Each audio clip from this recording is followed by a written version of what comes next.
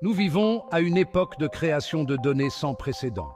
Chaque clic, chaque j'aime, chaque recherche génère des informations.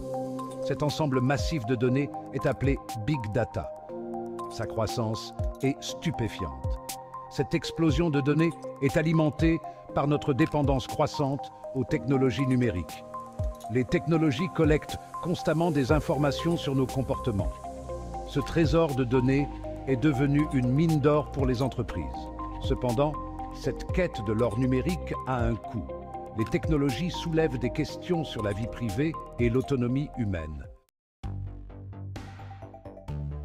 Le volume de données disponible aujourd'hui est colossal, déclenchant une ruée vers l'or moderne. Les géants de la technologie se battent pour capter notre attention, la monnaie la plus précieuse de l'ère numérique.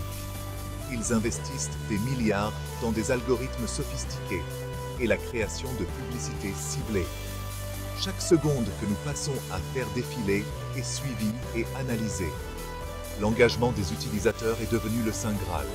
Cette quête a transformé le paysage numérique en un champ de bataille.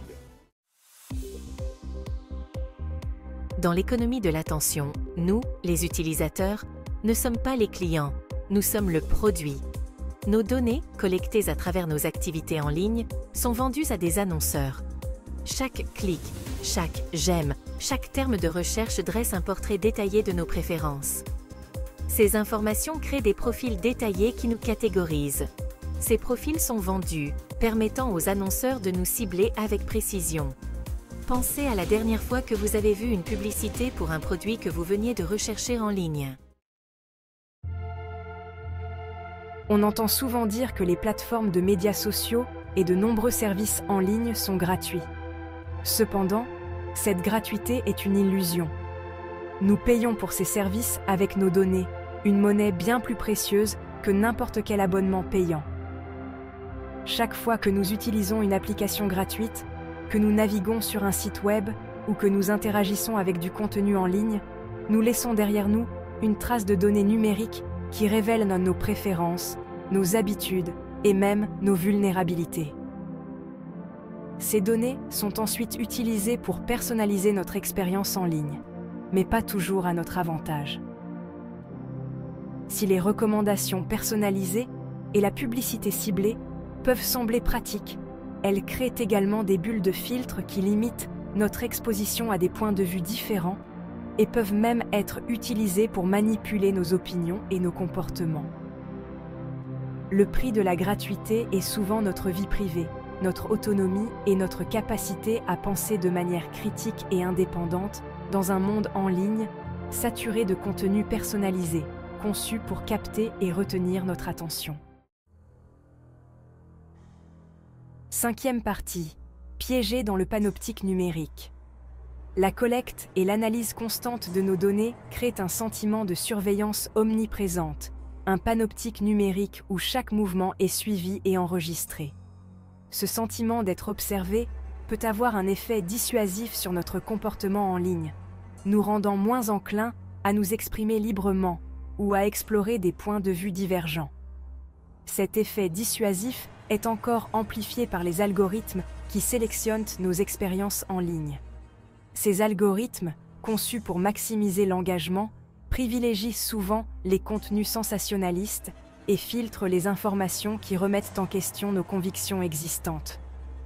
Cela crée des chambres d'écho où nous sommes constamment exposés au même point de vue, ce qui renforce nos préjugés et rend plus difficile un dialogue constructif avec ceux qui ont des opinions différentes. Le panoptique numérique limite notre liberté intellectuelle et entrave le développement d'une sphère publique diversifiée et informée. Sixième partie. La machine à manipuler. Les données collectées à notre sujet ne sont pas seulement utilisées pour la publicité ciblée. Elles sont également utilisées comme armes pour manipuler nos opinions et nos comportements à grande échelle. Cette manipulation peut prendre de nombreuses formes, allant des messages politiques personnalisés à la diffusion de la désinformation et de la propagande. En analysant notre activité en ligne, les algorithmes peuvent identifier nos vulnérabilités, nos préjugés et nos peurs. Ces informations sont ensuite utilisées pour nous cibler avec des messages personnalisés conçus pour exploiter nos émotions et influencer nos décisions. Le scandale Cambridge Analytica, où les données personnelles de millions d'utilisateurs de Facebook ont été utilisées pour les cibler avec des publicités politiques lors de l'élection présidentielle américaine de 2016, nous rappelle brutalement que les données peuvent être utilisées pour la manipulation de masse. La sophistication croissante de ces techniques constitue une menace sérieuse pour les processus démocratiques et le tissu même de notre société. 7e partie. La drogue numérique. La quête incessante de notre attention a créé un paysage numérique conçu pour être addictif. Les plateformes de médias sociaux, les jeux vidéo et les services de streaming utilisent des astuces psychologiques empruntées aux machines à sous et aux casinos pour nous rendre accros. Les notifications, les j'aime et les flux de contenu infinis déclenchent la libération de dopamine dans notre cerveau, créant un cycle de dépendance et de récompense difficile à briser. Plus nous utilisons ces plateformes, plus notre cerveau est programmé pour rechercher ces récompenses numériques, ce qui conduit à la dépendance et à l'addiction. Cette dépendance numérique peut avoir de graves conséquences sur notre santé mentale, nos relations et notre bien-être général. Nous pouvons nous retrouver à passer des heures à faire défiler les médias sociaux, à négliger nos responsabilités et à nous sentir anxieux ou déprimés lorsque nous sommes loin de nos appareils. 8e partie.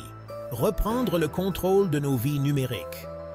Il est facile de se sentir impuissant face à ces défis, mais il existe des mesures que nous pouvons prendre pour reprendre le contrôle de nos vies numériques et naviguer dans le monde en ligne de manière plus consciente et critique.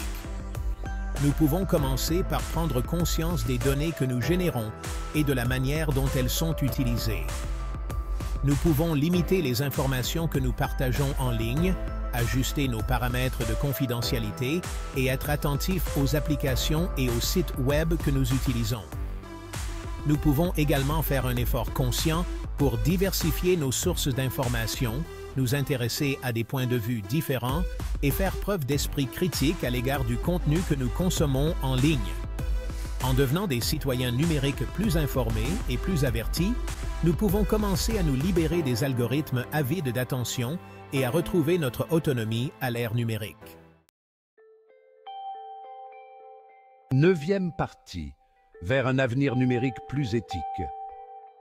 Les défis posés par la marchandisation de notre attention exigent une action collective et un engagement à créer un avenir numérique plus éthique.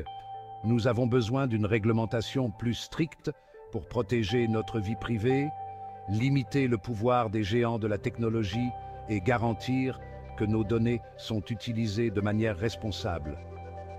Nous devons nous éduquer nous-mêmes et éduquer les générations futures à l'importance de la littératie numérique, de l'esprit critique et de l'utilisation responsable des technologies. En exigeant davantage de transparence, de responsabilité et de contrôle de la part des utilisateurs sur leurs données, nous pouvons façonner un avenir numérique où la technologie nous donne les moyens d'agir plutôt qu'elle ne nous exploite, où notre attention est valorisée et non marchandisée, et où nos vies numériques améliorent notre humanité plutôt qu'elles ne la dégradent.